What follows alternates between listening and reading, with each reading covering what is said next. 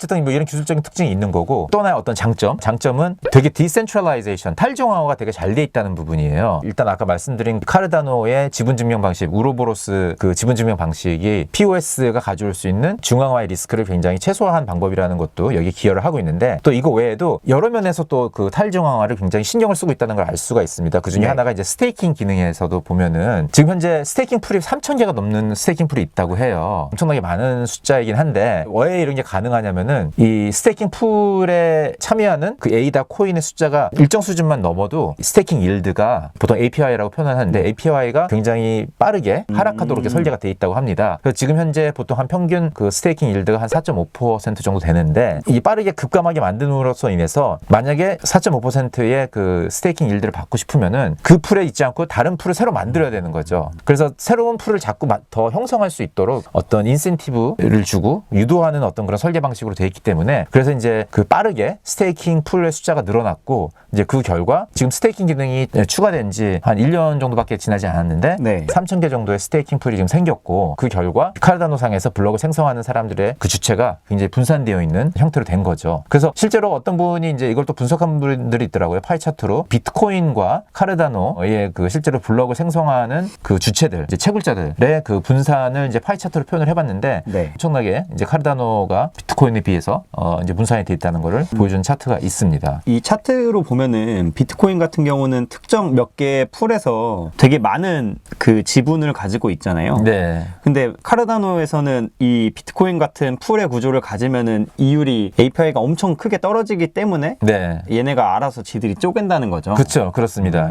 어쨌든 그런 어떤 장점이 있는 거고요. 스테이킹 면에서. 그리고 또 하나는 이더리움 같은 경우는 프리마인이라는 걸 해서 초기 투자자나 재단이 먼저 그 토큰 생성을 해서 좀 가져가게끔 되어 있죠. 뭐 이더리움뿐만 아니라 많은 프로젝트들이 그렇게 하는데, 근데 그때 얼마나 가져가느냐에 따라서 또 중앙화나 탈중앙화 정도가 이렇게 좀 갈리게 되는데, 카르다노의 경우는 초기 창업자들이 16%밖에 가져가지 않았습니다. 그래서 어떤 그런 부분에서도 좀 탈중화가 많이 되어 있는 거고, 그런 반면에 지금 이제 스테이킹을 런칭을 해서 굉장히 많이 그 유통량이 한 70% 정도가 스테이킹이 되어 있다고 해요. 그러니까 그거는 일종의 유통되지 않는 물량으로 이제 스테이킹이 되어 있기 때문에 매도 물량으로 나올 확률이 되게 적은 거죠. 이제 그런 면에서 수급이 많이 포지티브한 그런 다이나믹을 갖게 돼 있는 거고, 그리고 또 어떤 사람은 이제 카르다노가 공급량이 450억? 그러니까 숫자로는 많은데 이게 픽스가 돼 있다는 거죠. 그리고 사실 숫자는 많지만은 에이다 코인 가격이 2불, 3불 이러기 때문에 일종의 사토시를 하고 있는 거라고 그냥 숫자만 많아 보이는 거 뿐이고, 중요한 건 이게 공급이 픽스돼 있다는 거죠. 이제 그래서 그거를 공급이 픽스돼 있는 걸 좋다 나쁘다 되게 이거에 뭐 연연해가지고 이것만 가지고 이렇게 주장하는 분들이 계시는데, 뭐 비트코인처럼 돈이 되기 위한 경우는 공급이 픽스돼 있는 게 굉장히 중요할 수는 있는데, 이 스마트 컨트랙이 되려는 플랫폼상에서는 이게 꼭 중요한 건지 아닌지에 대한 논쟁은 뭐 양쪽으로 다 가능하다고 생각을 해요. 그래서 저는 너무 그거에 연연하고 싶지는 않은데, 일부에서는 이게 픽스돼 있는 거에 굉장히 좋다고 이제 주장하는 사람들이 있기 때문에, 그런 사람들한테는 카르다노의 이런 어떤 픽스트 서플라이가 굉장히 이제 좀 포지티브한 요인으로 작용을 하고 있는 거죠.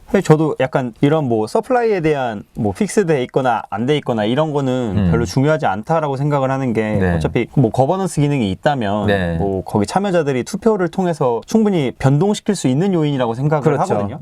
그래서 그런 부분은 과거에 실제로 이거 픽스였던 걸 갖다가 인플레이셔너리한 어떤 구조로 가져와서 더 성장한 네트워크도 있어요. 신세틱스 같은 경우가 굉장히 대표적인 예인데, 인플레이셔너리하게 가져가면서 그걸 네트워크를 성장시키는 사람들한테 보상으로서 이렇게 주는 어떤 그런 작동을 하면서 네트워크가 굉장히 성장을 한 그런 케이스인 거죠. 그러니까 이거는 이분법적인 이거면 좋고 이거면 아니다 이렇게 흑백 논리로 가져갈 필요는 없는 부분이라고 저는 생각을 합니다. 세 번째로 카르다노의 어떤 장점이라고 하는 부분은, 저는 이 부분은 굉장히 공감하는 부분이긴 한데, 이 카르다노 네트워크의 그 어덥션을, 이 프로모션을 신생 국가에서 많이 하고 있어요. 특히 아프리카에서 많이 하고 있어요. 왜 저는 되게 좋은 어프로치라고 생각을 하냐면은, 결국에는 블록체인이 가져다주는 솔루션이라는 게 기존에 하던 방식들을 굉장히 디스럽트 할 수 있는 그런 가능성이 있는 거기 때문에 그거에 대해서 저항하는 기득권 세력들이 있는 거죠. 그런데 이게 신생국가로 갈수록 그게 없을 확률이 굉장히 많아요. 왜냐하면 신생국가는 아무래도 그 나라의 근간을 이루는 어떤 인프라스트럭처 같은 게 별로 안 돼 있는 경우가 많기 때문에, 어덥션을 더 빨리 일으키게 할 수 있는 시장으로서 신생국가, 특히 아프리카 같은 데가 더 빠를 수가 있고, 그래서 그런 어프로치는 저는 굉장히 스마트한 어프로치라고 개인적으로 생각을 하는데, 그 가장 좋은 예 중에 하나가 이번 여름에 발표되었던 IOHK, 그 카르다노를 프로젝트 주도하고 있는 회사랑 이디오피아 정부랑 협업을 발표를 했죠. 그래서 학생 ID 시스템을 카르다노 블록체인을 사용을 해서 이루어 나갈 거라는 탭을 발표를 했습니다. 근데 아직 실제로 지금 어디까지 실행이 시작됐는지는 잘 모르겠는데 어쨌든 그러한 어프로치는 저는 긍정적인 어프로치라고 이렇게 생각을 해요. 네, 저도 여기 되게 긍정적이라 생각을 하는 게 제가 처음에 디파이 얘기를 들었을 때도 탈중앙화 금융했을 때 잘 안 하다웠었거든요. 예. 그러니까 뭐 중앙화된 주체가 없이 예금과 대출 뭐 이런 거를 한다라는 게 사실 근데 그게 왜 필요해라고 하는 게 한국은 이런 금융 시스템이 되게 잘 깔려 있잖아요. 네. 그래서 그런 걸 왜 해? 약간 이렇게 생각이 들 수도 있는데 맞습니다. 아프리카나 이런 데는 개인이 금융 계좌를 가지고 있기가 되게 어렵고 그런 시스템도 안 돼 있어서 디파이나 그런 게 가장 효과적으로 쓰일 수 있는 부분이라고 생각을 하거든요. 네, 맞습니다. 예, 정확하게 말씀을 해주셨습니다. 그 다음에 네 번째, 다섯 번째 부분은 믿는 사람은 믿는 거고 안 믿는 사람은 안 믿는 건데 이제 네 번째는 이제 찰스 허스킨스 개인에 대한 감정들이 다 있는 것 같아요. 그래서 어떤 사람들은 찰스 허스킨스가 굉장히 똑똑하고 현명한 리더고 또 열심히 또 소통을 합니다. 굉장히 그분도 유튜브 하세요. 유튜브를 거의 매일같이 하시더라고요. 라이브로.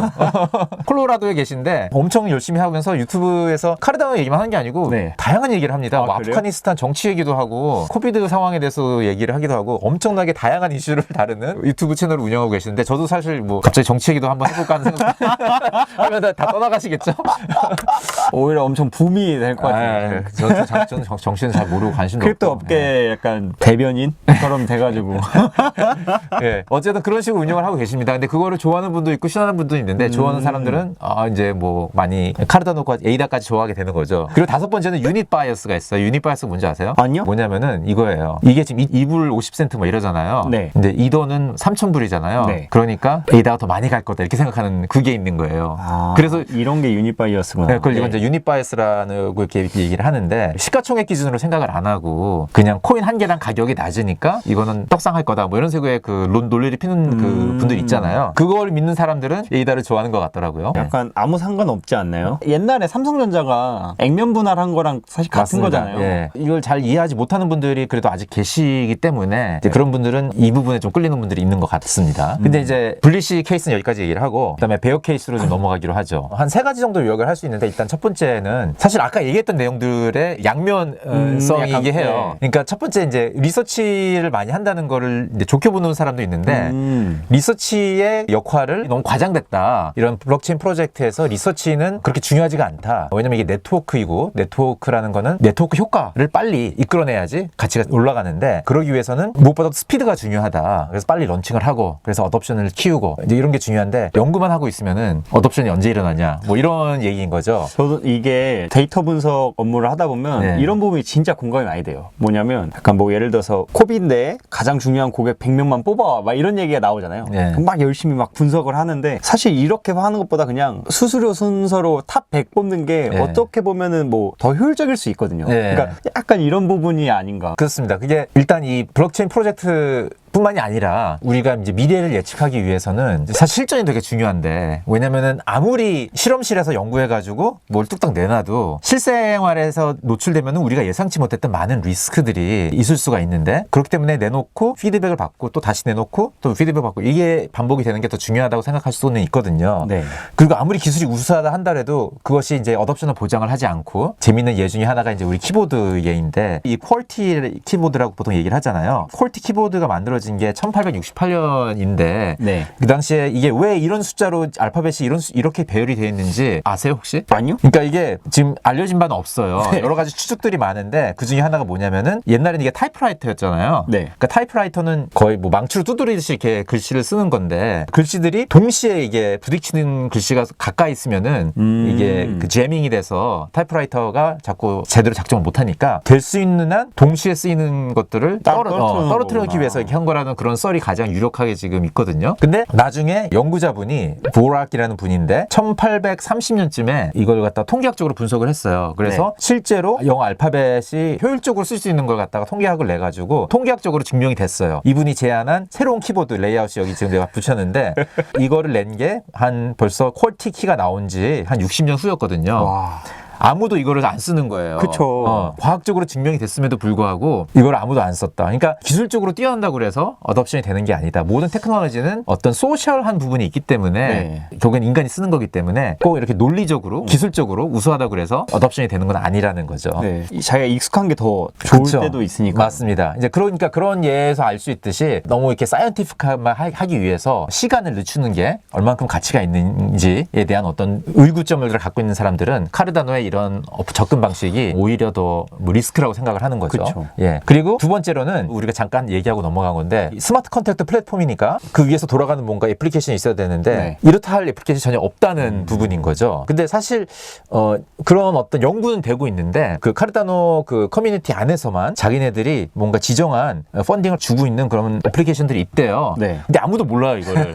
예, 잘 공개도 안 돼 있고 그래서 뭐 어떻게 진행되고 있는지 잘 모르고 그러니까 일반인들은 여기서 돌아가고 있는 어떤 애플리케이션이 아무것도 없다고 생각을 해서 어덥션이 일어나고 있지 않다. 이제 사실 이유는 이제 있었던 거죠. 뭐냐면은 스마트 컨트랙트가 알론즈 업그레이드 지난번에 9월 12일 날 있었던 알론즈 업그레이드가 완료되기 전까지는 스마트 컨트랙트 기능이 추가가 되어 있지 않았기 때문에 네. 그렇기 때문에 프로젝트가 당연히 뭔가 하고 싶어도 못했던 거라고 이렇게 얘기는 할 수는 있는 거죠. 그렇죠. 스마트 컨트랙트가 어떻게 보면 어플리케이션 단계에서는 가장 핵심 기능이니까 그쵸. 예. 이게 없으면 불가능하죠. 예. 그래서 이제 많은 사람들이 알론즈 업그레이드에 대한 기대가 굉장히 컸던 거죠. 스마트 컨트랙트가 이제 장착이 되면은 그다음부터 뭐 막 프로젝트가 생길 거다. 이제 이런 기대를 갖고 있는 건데 그런데 이 알론즈 업그레이드 자체도 굉장히 사람들의 기대가 너무 부풀려져 있고 현실은 좀 다르다는 그런 의견이 있습니다. 이게 세 번째 이유인데 이 알론즈 업그레이드가 너무 자체가 오버레이트 돼 있다. 이게 뭐냐면은 지금 스마트 컨트랙트 플랫폼들이 하고자 하는 것 중에 하나가 이거는 비단 카르다노뿐만 아니라 폴카닷이라든지 솔라나라든지 바이낸스 스마트 체인이라든지 이 모든 테조스 뭐 이런 것까지도 중요한 이슈 중에 하나가 지금 이 스마트 컨트랙트 플랫폼을 어떻게 활용해야 되는지 잘 이해하고 있는 사람들이 모여 있는 플랫폼이 바로 이더리움이단 말이죠. 그렇죠. 경험도 많고 네. 노하우도 축적돼 있고 그 생태계에 있는 사람들을 이끌어오는 게 되게 중요하다고 다들 느끼고 있거든요. 그렇기 때문에 브릿지라는 것들 빌딩을 하고 있고 그 다음에 또 이제 보통 EVM 컴패터블 솔루션이라고 하는데 이제 EVM은 뭐냐면 이더리움 버추얼 머신의 약자고 네. 이거는 이제 이더리움 상에서 돌아오고 있는 스마트 컨트랙트를 그대로 가져와서 적용할 수 있는 거를 지원하는 어떤 솔루션인데 이제 이런 것들을 자기네들 그 플랫폼 상에서 런칭을 하면서 이제 가장 좋은 예 중에 하나가 바이낸스 스마트 체인이고 바이낸스 스마트 체인이 빠르게 성장할 수 있었던 이유 중에 하나가 EVM 컴패터블 했기 때문에 네. 이제 가능했던 거인데 뭐 이거 외에도 폴카닷도 이제 그런 설계가 되어 있고요. 알론즈 업그레이드는 그걸 지금 지원 안 해요. 예. 그러니까 이더리움 상에 있는 사람들이 옮겨오기에 너무 지금 아무 인센티브가 없는 거죠. 새롭게 개발을 해야 되는 거죠. 그렇죠. 맞습니다. 그것도 개발해야 되는데 그 개발하는 그 언어가 해스켈이라는 언어예요. 언어도 달라요? 언어도 달라요. 아. 이더리움은 솔리디티라는 언어를 쓰잖아요. 네. 근데 해스켈이라는 언어는 다르고 별로 인기도 없어요. 최근에 인기 차트를 봤는데 보면은 인기가 계속 떨어지더라고요. 해마다. 이 핑크색 이건데 왜 인기가 없는지 모르겠어요. 되게 어렵다고 하더라고요. 배우기에. 그래서 이런 것들이 이제 이더리움 있는 사람 입장에서 봤을 때는 허들이 되게 높네요. 그렇죠. 허들이 높은 거죠. 그래서 어떤 기술적인 어드밴티지가 있다 하더라도 과연 이더리움에 있는 사람들이 여기 옮겨갈까 하는 거에 대한 의구심을 많이 사람들이 갖고 있는 거죠. 근데 물론 이제 이런 걸 해결하려는 노력은 없는 건 아니에요. 그러니까 네. 아까 말한 ERC20 컨버터를 만든 것도 그런 브릿지 같은 역할을 하기 위해서 만든 거고 EVM 컴패터블 솔루션도 지금 뭐 개발 중이라고 얘기는 하는데 뭐 그렇게 알려진 게 없어요. 어느 정도 지금 시행이 돼 있고 언제부터 이게 런칭이 될 거고 뭐 이런 게 알려진 게 없기 때문에 지금 상황에서 봤을 때는 사람들이 다 의구심을 갖는 거죠. 과연 이더리움에 있는 사람들이 카르다노로 다 옮겨올까? 저희가 스마트폰을 바꿀 때도 네. 예를 들어서 삼성폰에서 삼성폰을 간다던가 아니면 삼성에서 애플폰 갈 때도 사람들이 가장 염려하는 게 다시 다 깔아야 되잖아, 뭐 다시 다 해야 되잖아 이렇게 하는데 네. 그런 사람들에 대한 우려 때문에 네. 이렇게 요즘에는 이런 걸 브릿지 역할을 되게 잘 해주고 있거든요. 예. 되게 중요한 것 같은데 이런 게 안 된다니까 약간 뭔가 이 성장에 뭔가 이렇게 막혀 있는 그런 느낌. 맞습니다. 예. 그래서 이제 그 알론즈 업그레이드 직전에 에이다 가격이 상승을 했는데 실제로 뚜껑을 열어보면은 그 결과가 나오기까지는 좀 시간이 걸릴 것 같으니까 뚝 떨어졌죠. 예. 그래서 한 몇 프로 정도 빠졌죠? 한 12% 정도 빠졌더라고요. 12일 날 발표가 되고 네. 12% 정도 조정을 받으면서 그렇죠. 9월 12일이 이제 그 스마트 컨트랙터 장착이 된 날짜였는데 그 이후로 바로 빠져버린 거죠. 그런 것 때문에. 이런 게 이제 하나의 뭐 네거티브한 요인 중에 하나입니다. 그리고 마지막으로 찰스 호스킨스를 얘기를 해야 돼요. 카르다노를 싫어하는 사람들 이유 중에 하나가 아까 또 거꾸로 찰스 호스킨스 때문에 좋아하는 사람도 있는데 찰스 네. 호스킨스 때문에 싫어하는 사람도 있어요. 물론 이게 저는 이 개인의 한 명 가지고서 무슨 프로젝트를 좋아하느냐 싫어하느냐 이런 판단을 섣불리 내서는 안 된다고 생각을 하지만은 네. 아무래도 이제 인간인지라 이제 약간 그런 부분이 작용을 하는 것 같은데 그쵸. 이제 이 부분은 이 사람을 싫어하는 사람은 왜 싫어하냐면은 뭐 이 사람이 좀 약간 저는 똑똑한 사람이 생각을 하는데 약간 감정적이고 약간 좀 비열하기도 하고 뭐 그렇게 얘기하는 사람도 있더라고요. 그러니까 약간 이건 개인적인 생각이 너무 들어간 거야. 그러니까 약간 그러니까 사실은 저는 모르죠. 그러니까 이 사람 만나본 적도 없기 때문에 저는 네. 대중매체를 통해서밖에 접한 적이 없는데 그러니까 예를 들어서 뭐 이런 거예요. 이더리움에서 쫓겨나가지고 그래서 되게 이더리움에 대해서 뭔가 그 앙심을 품고 있어가지고 그래서 그 복수하기 위해서 카르다노를 만들었고 그렇기 때문에 ERC20 컨버터 만든 것도 그 이더리움에 그걸 다 뺏어오기 위해서 만든 거고 약간 이렇게 악한 사람처럼 어떤 내러티브를 만드는 분들이 있더라고요. 또 한 가지는 뭐냐면은 이건 되게 좀 저도 이해가 안 되는 부분이긴 한데 이더리움 클래식을 지원을 해요. IOHK라는 회사가 지원을 한다는 게 이더리움 클래식은 아시다시피 원래 오리지널 이더리움인데 지금 우리가 알고 있는 이더리움은 여기서 포킹이 된 거 새로운 거잖아요. 네, 이제 그 포킹한 거에 대해서도 컨트로버셜 했죠. 의견이 이걸 해야 되느냐 마느냐 되냐. 그래서 이제 이더리움 클래식은 거의 이제 뭐 방치됐다시피 하다가 몇몇 사람들이 그래도 우리가 이게 진짜 이더리움이다 해서 이제 만들고 있는 건데 사실 대부분은 이더리움으로 옮겨갔기 때문에 그 오랫동안 개발이 쉽지 않은 상태에 있다가 찰스 허스킨스가 IOHK를 통해서 이거를 좀 제대로 개발해 보고 싶다고 여기에 지금 리소스를 일정 부분 쏟아붓고 있는 거예요. 아, 그래요? 네. 그래서 아니 이미 카르다노가라는 프로젝트가 있는데 그러니까요. 왜 이더리움 클래식에다가 그렇게 시간을 투자하고 있는지에 대해서 궁금증을 갖고 있는 사람들이 많아요. 그래서 이 부분을 가지고 사람들이 얘기하는 거죠. 이거는 이더리움에 대한 뭔가 앙심이 있기 때문에 뭔가 복수를 하기 위해서 하고 있는 거다. 이렇게 생각하는 사람들이 있더라고요. 뭐 저는 진실을 모릅니다. 이제 그런 얘기가 있는 거고 그런 부분을 다 경험해 봤을 때 찰스 허스킨스라는 사람은 뭔가 옹졸한 사람이다. 이런 약간 이미지를 갖고 있는 분들이 계신 것 같습니다. 저도 아까 장점으로 이 사람이 뭐 소통을 되게 잘한다. 거의 뭐 매일매일 유튜브 라이브를 한다 이렇게 하셨잖아요. 네. 그래서 그거 보고 딱 저는 투자자 입장에서 이 사람은 그냥 프로젝트 개발이나 열심히 하지. 왜 자꾸 뭐 그렇죠. 뭐 이런 생각을 네, 그렇게 얘기하는 사람도 있어요. 분명히 그렇게 얘기하는 사람도 있어요. 그런 쪽으로 생각을 많이 할 것 같아요. 이 카르다노 싫어하는 사람은 그 부분 얘기를 합니다. 이게 지금 계속 딜레이가 맨날 되고 그러고 있는 프로젝트인데 지금 그래서 달라붙어서 열심히 해도 모자를 파네? 유튜브 나와가지고 맨날 떠들고 있다? 이렇게 얘기하는 사람이 있어요, 분명히. 아, 네. 이렇게 카르다노의 뭐 장점과 단점 케이스를 봤는데 결국 투자의 선택은 본인이 하고 책임도 투자자께서 하시는 거잖아요. 그렇죠. 그러니까 투자할 때 마음가짐 중에 가장 중요한 것 중에 하나는 사람들이 뭔가 투자를 하게 되면은 되게 블리시 얘기만 듣고 싶어 하게 됩니다. 감정적으로. 근데 그거는 굉장히 위험한 마음가짐이에요. 왜냐면은 내가 잘못 판단했을 수 있다는 가능성을 항상 열어두고서 반대 의견이 무엇인지 귀 기울여야 되고 그 반대 의견이 논리적이고 뭔가 합리적인 사고방식이라는 전제이지만은 그렇다면은 그런 거 얘기를 적극적으로 들어보는 마음가짐을 갖는 것이 만일 하나 내가 처음에 잘못된 판단으로 투자를 했을 때 손실을 줄일 수 있는 방법이지 듣기에 좋다고 좋은 얘기만 듣고 있으면은 중장기적으로 봤을 때는 좋은 어떤 투자 습관이 될 수는 없는 거죠. 곰곰이 들으면서 생각해봤는데 사람들이 질문을 할 때 투자해야 돼라고 질문을 많이 하지 투자하면 안 돼라는 질문을 많이 안 하는 것 같아요. 그런 질문은 안 들어본 것 같아요. 맞습니다. 예. 어떻게 보면 이따가 촬영 끝나고 저한테만 귓속에다 그냥 투자해야 되는지 말아야 되는지 좀 얘기 좀 해주시면 예. 어쨌든 뭐 맛있는 거 사주면 제가 해줄게요. 어쨌든 예, 이 정도로 하고요. 네, 이번 주제는 저희가 커뮤니티 투표를 통해서 주제를 선정하게 되었는데요. 다음번에도 이렇게 저희가 주제에 대한 고민이나 이런 거를 커뮤니티에 올릴 테니까 그때도 참여해 주시면 저희가 좋은 컨텐츠로 보답할 수 있도록 하겠습니다. 그럼 다음번에 다시 돌아오도록 하겠습니다. 코인 클래스!